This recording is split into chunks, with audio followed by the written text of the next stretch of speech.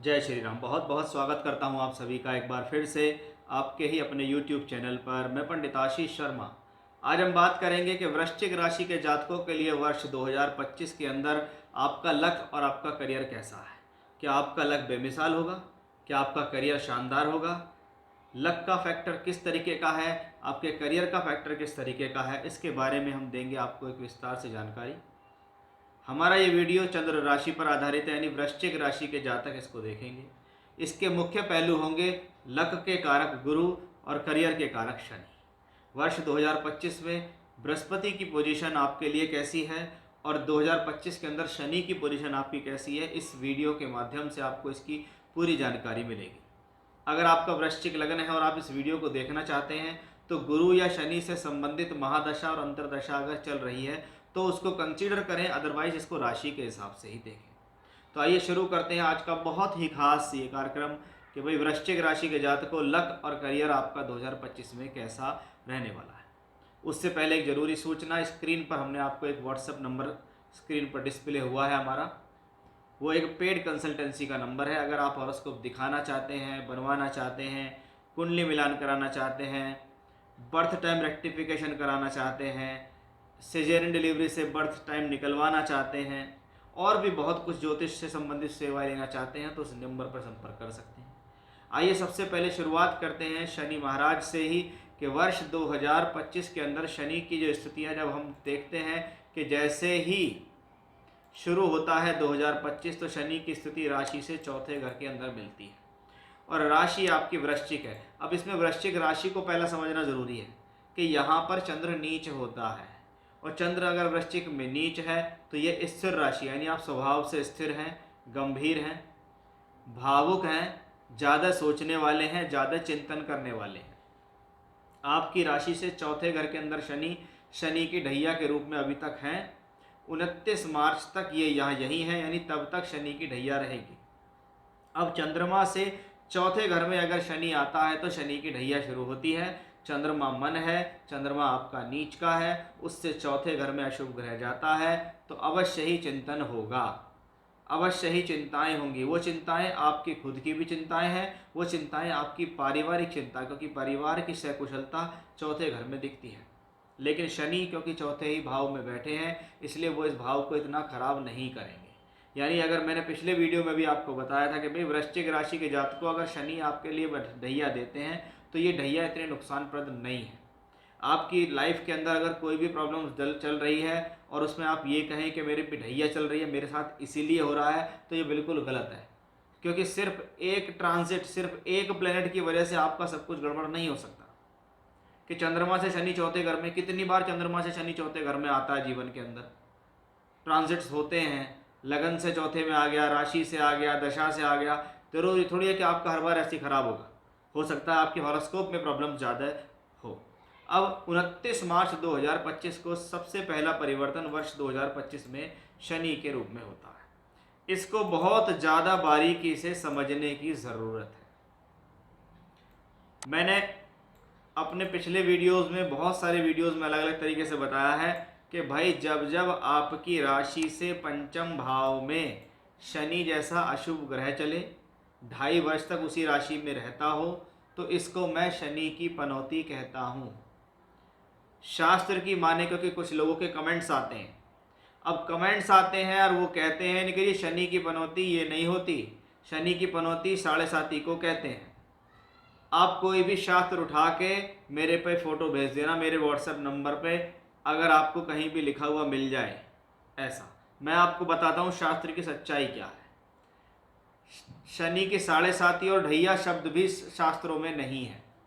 वहाँ पर दीर्घ कल्याणी और लघु कल्याणी के नाम से शब्द लिखे हुए हैं। दीर्घ कल्याणी शनि का बड़ा गोचर यानी 7.5 साल का गोचर, लघु कल्याणी यानी शनि का छोटा गोचर यानी 2.5 साल का गोचर। उसको शॉर्ट फॉर्म में नया नाम रख दिया 7.5 और ढैया, कि भाई 7.5 चल रही है या ढैया चल रही है। पनौती क्या है? जब आपकी बुद्धि के ऊपर अशुभ प्रभाव पड़े और आप अपनी बुद्धि से सब कुछ ठीक चलते हुए भी रॉन्ग कर लें, तो ये आपके लिए पनौती का काम है कि जी मेरी बुद्धि मेरे लिए पनौती साबित हुई है, मैं अपने आप के लिए पनौती साबित हुआ हूँ। मैंने ही अपनी निर्णयों से अपने आपको खराब किया है। अब चंद्रमा से पंचम में शनि की पनौती अगर आई है तो ये 5th हाउस है, 5th हाउस डिसीजंस का है। और जीवन का कोई भी पहलू हो, क्या है, आपकी शिक्षा हो, एजुकेशन है, प्रोफेशनल लाइफ है, करियर है, नौकरी है, जॉब है, प्रेम संबंध है, कुछ भी है, ये आपकी बुद्धि भाव है।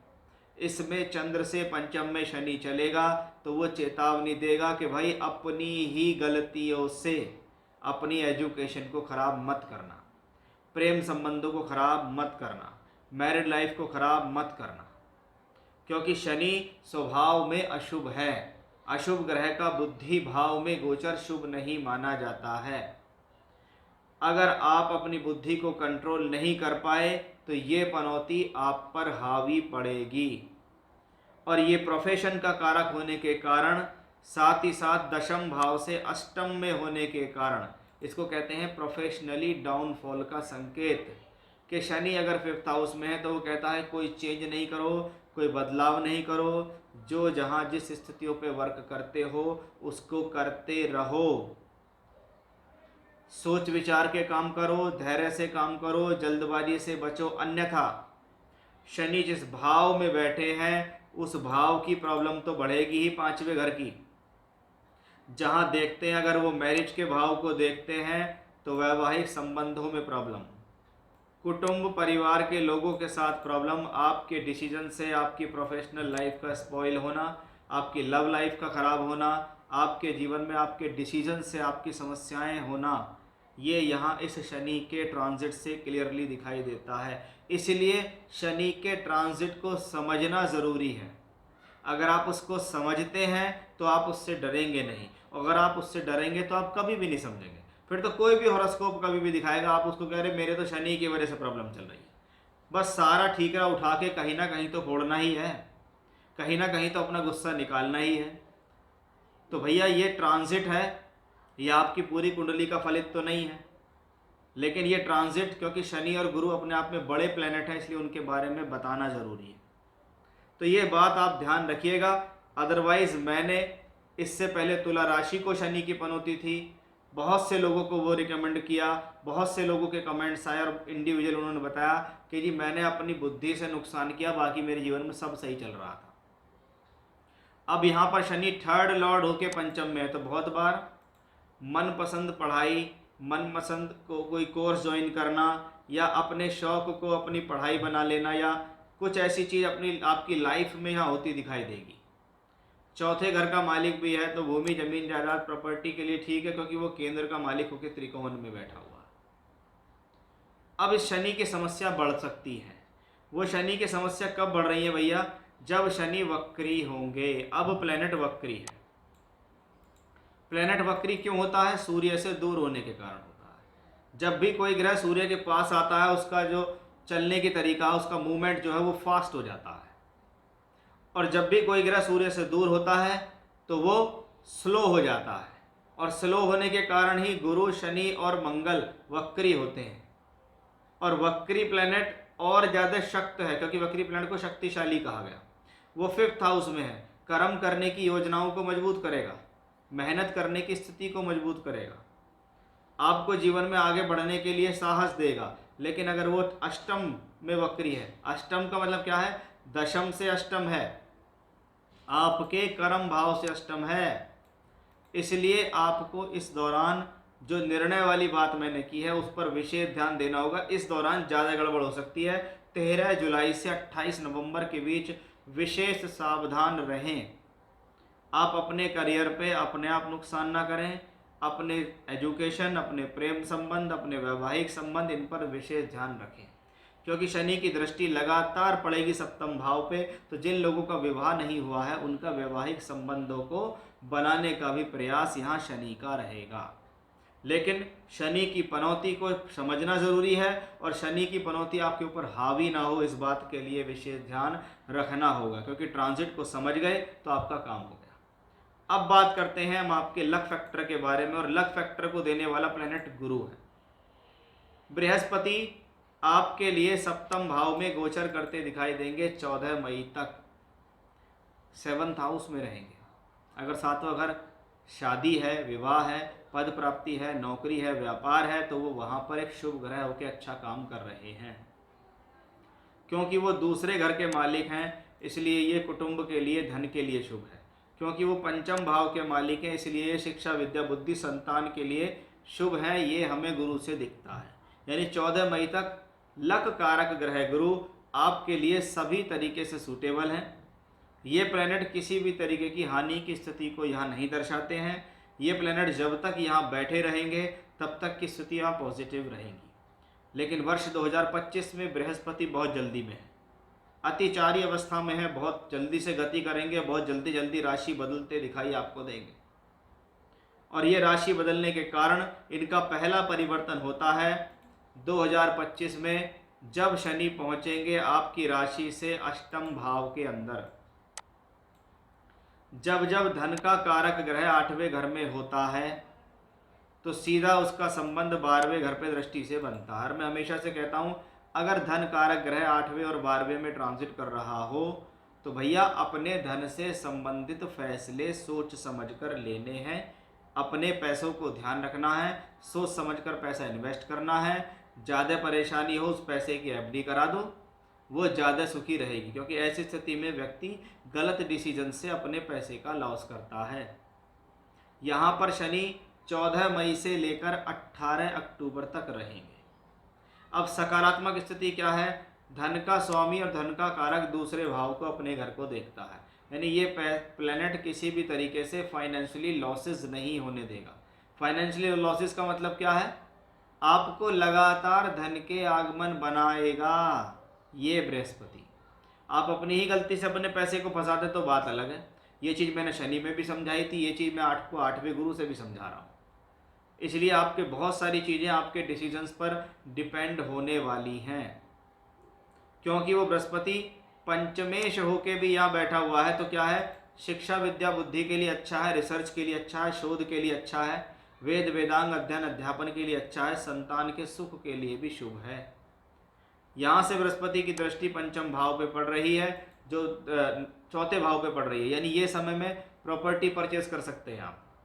ये प्लेनेट आपको कोई प्रॉपर्टी खरीदवा सकता है, किसी प्रकार की भूमि, जमीन, जायदाद में आपको फ़ायदा दिला सकता है ये प्लेनेट। तो ये उस हिसाब से एक अच्छा कॉम्बिनेशन आपके इस चार्ट में क्लियरली दिखता है कि भाई बृहस्पति आपको बहुत कुछ बेहतर देंगे। बस आपको उसको संजो के रखना है, अपनी गलती से उसको लॉस नहीं करना है। अब ये पैतृक संपत्ति के लिए भी एक अच्छा कॉम्बिनेशन है। अगर परिवार से किसी प्रकार की संपत्ति की कोई स्थितियाँ हैं तो ये बृहस्पति वहाँ से दिलाएगा। बृहस्पति का वर्ष 2025 का अंतिम परिवर्तन जब ये एग्जॉल्टेड होगा। अब देखिए, उच्च का होना एक बहुत बड़ी बात है। एक प्लेनेट को नीचता से निकलकर उच्चता तक आने में बड़ा लंबा सफ़र करना पड़ता है, और गुरु जैसा प्लेनेट को तो ज़रूर करना पड़ेगा, क्योंकि वो मकर में नीच के होते हैं। अगर देखा जाए तो लगभग 6 साल बाद वो उच्च के होते हैं, और अगर आज वो उच्च हैं तो 6 साल बाद वो नीच के होंगे। यानी नीच से उच्च का सफ़र 6 वर्षों का सफ़र है।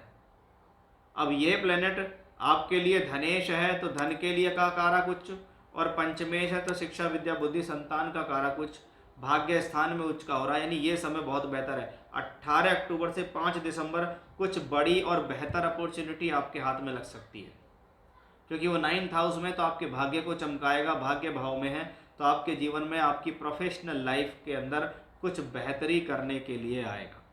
यानी वर्ष 2025 में लक फैक्टर के कारक बृहस्पति की बात करें तो हर तरीके से आपके लिए सूटेबल है। लेकिन करियर के कारक, कर्म के कारक, डिसीजंस के कारक शनि है, तो उसके बारे में समझना ज़रूरी है, क्योंकि वो पनौती देंगे। और वो पनौती तब स्टार्ट होगी जब आपकी बुद्धि मलिन होगी और आप अपनी बुद्धि से अपना लॉस करेंगे।